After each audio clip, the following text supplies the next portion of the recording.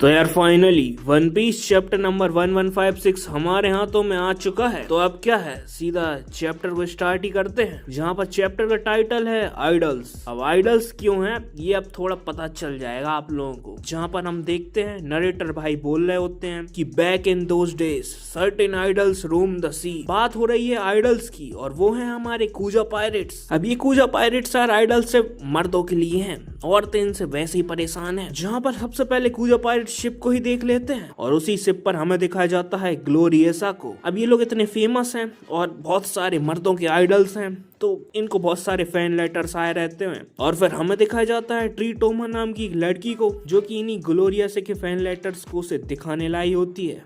अब आप लोग ये देखो कि ये 100-200 लेटर्स है ना, जो ये ग्लोरियसा के लिए हैं, और जो हजारों में लेटर आए हैं ना, जो पीछे पहाड़ बना हुआ है, वो लेटर्स हैं यार हमारी शाकुयाकी के लिए। तो हाँ यार, फैन फॉलोइंग तो भयंकर है इनकी। और हाँ, जो ये ट्रीटोमा है ना, ये future empress of the Amazon lily होने वाली है। इसके बाद हमें एक शिप अप्रोच करती हुई दिखाई जाती है, जो की शिप होती है गोल्ड डी रॉजर की। हाँ, future king of the pirates आ चुका है। अब वो शिप तो आती रहेगी। अब जरा रॉजर को सुनना वो क्या बोल रहा है ग्लोरियसा से। वो बोलता है कि यार वो दिन आ चुका है फाइनली, जिस दिन मैं तुम्हारी फर्स्ट मेट शाकुयाकी को तुम से ले जाऊंगा। भाई रॉजर भी किसान जी से कम है के? तो मैं लग रहा होगा कि यार ग्लोरियसा तो यार गुस्सा होगी कि यार फर्स्ट मेट कैसे ले जा सकता है रॉजर मेरा। और इसके बाद ये ग्लोरियसा भी कुछ कम नहीं है, वो भी रिप्लाई दे ही देती है रॉजर को अपना प्यार भरा। और फिर नरेटर भाई भी कुछ कम नहीं है, वो भी बोलते हैं कि जो फूल हैं वो भी मुरझा जाते हैं उसकी प्रेजेंस में, और जो पक्षी हैं वो अपना गाना गाना भूल जाती हैं, और जो आदमी लोग हैं ना वो आपस में ही भिड़ने लगते हैं। तो बस फिर क्या था,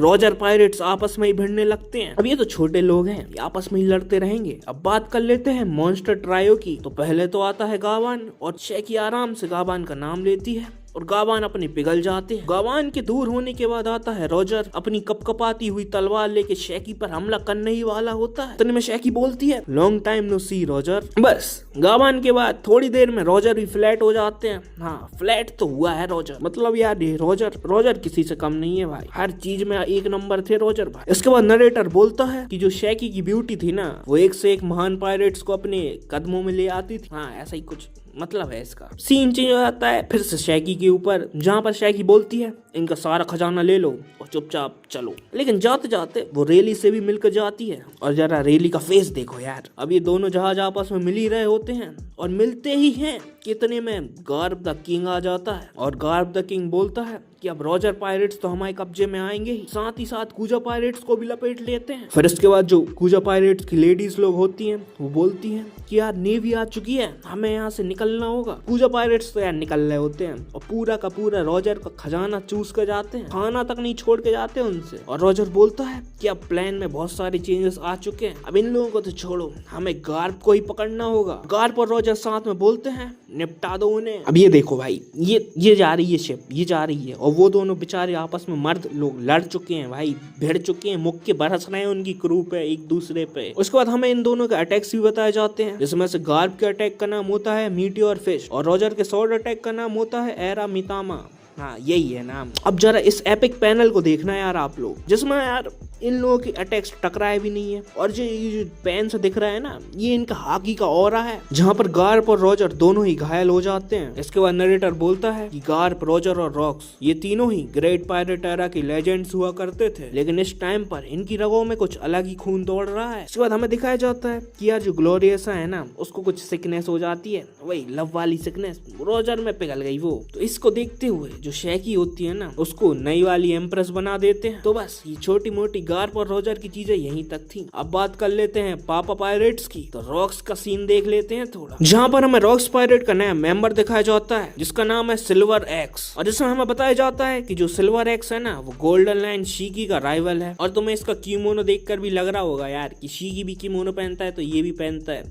तो हाँ, ये दोनों राइवल्स हैं। तो बस अपना ये थोड़ा और हमारा दिखा रहा होता है। तो हाँ, सीधा ब्लैकी के पापा बोलते हैं, as I was saying there are 2 devil fruits that I am after, जिसमें से एक तो एल्वा पर एग्जिस्ट करता है, जो कि हार्ल्ड खाए तो उसकी पावर अच्छे से अवेकन हो सकती है। और दूसरे डेविल फ्रूट के बारे में हमें नहीं बताया गया है। इसके बाद हमें दिखाया जाता है दारूबाज कैप्टन जॉन को, जो कि बोल रहा होता है हाँ डेविल फ्रूट तो ठीक है, हमें वो गैलीला ट्राइब वालों को भी ढूंढना होगा, लेकिन कितना ही ढूंढ लो वो हमें मिल ही नहीं रहे, उनके बारे में कुछ भी क्लू नहीं है। तो धीरे से बिग मॉम भी बोल देती है ओ बिग मॉम आ चुकी है, नाइस। बिग मॉम बोलती है कि यार उसने सारे कॉन्टेक्ट ट्राई कर लिए हैं, सब कुछ ट्राई कर लिया उसने, जितने भी उसके पति थे सबसे बात कर ली है, बस इतना ही पता है कि कुछ जायंट्स हैं जो कि फ्रोजन है, बस। इसके बाद हमें बताया जाता है लॉर्ड वाइट बियर्ड को भी, जो कि बोलते हैं कि अगर तुम उन्हें ढूंढ भी लोगे ना तो कर क्या लेंगे वो, लॉर्ड फॉर द रीजन। इसके बाद हमें बिग मॉम का छोटू भी बताया जाता है, जो कि कुछ फालतू ही बोलता है। और रॉक्स पायरेट का एक और मेंबर आ चुका है, हाँ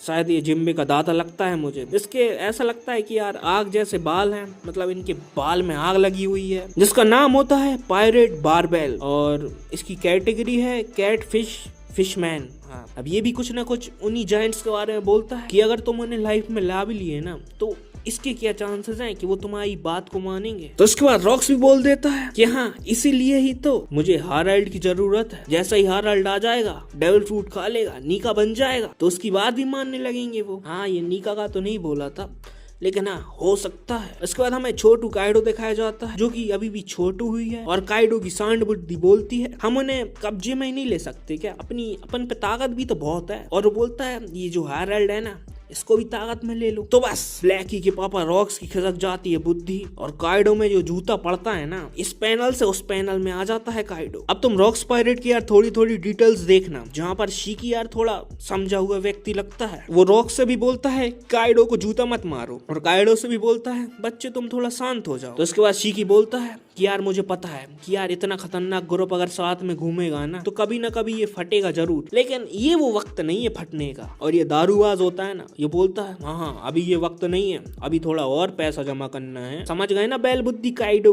तो अभी शांत रहियो। तो रॉक्स बोलता है हार्ल्ड मेरा मजबूरी वाला दोस्त है। तो काइडो बच्चे अगली बार तुमने और बोला तो ये गाल और सुझा दूंगा मैं। अब मैंने एक बात तो देख ली है रॉक्स पायरेट की, इनकी जो केमिस्ट्री है और इनके जो मजे लेने का तरीका है वो बस एक ही चीज पर है, काइडो की किस और कितने तरीके से मारी जाए। तो बस काइडो की मारने के बाद ये सारे लोग हो जाते हैं खड़े, और अपना रॉक्स वाला झंडा उठाकर रॉक्स बोलता है एल्वा वही खजाने की चाबी होने वाली है जो कि मैरी जोस होली लैंड को नष्ट करने वाली है, और अगर तुम लोगों में से किसी में भी अभी गूदा नहीं है तो अभी के अभी मेरी क्रू से निकल जाओ, और अगर गूदा है तो हम इतिहास भी लिख सकते हैं। रॉक्स बोलता है फॉलो मी, मैं ले चलता हूँ तुम्हें वर्ल्ड के समिट में। तो हाँ इसी के साथ हो जाता है चैप्टर का अंत। बढ़िया चैप्टर था, मुझे तो सबसे बढ़िया चीज लगी यार कि ओडा सेंसे हमें क्या बताना चाहते हैं कि यार एक पायरेट सब कुछ होता है, उसकी जीवन में हर चीज होती है, बस तुम एक बार पायरेट बन जाओ ना यार तुम कुछ भी ले सकते हो। एक तरफ तो हमारा रॉक्स है जिसे पूरी दुनिया चाहिए है और वो लगा पड़ा है दुनिया की लेने में, एक तरफ हमारा रोजर है, रेली है और गाबान है जिन्हें कुछ और चाहिए है, और एक तरफ गार्प है जिसे रोजर चाहिए। और इसी के साथ मुझे नहीं पता कि मुझे क्या चाहिए, तुम तो बस एक काम करना, वीडियो को लाइक तो तुम कर ही देते हो, हाँ लेकिन चैनल को सब्सक्राइब जरूर कर लेना। तो अपन मिलते हैं किसी और वीडियो में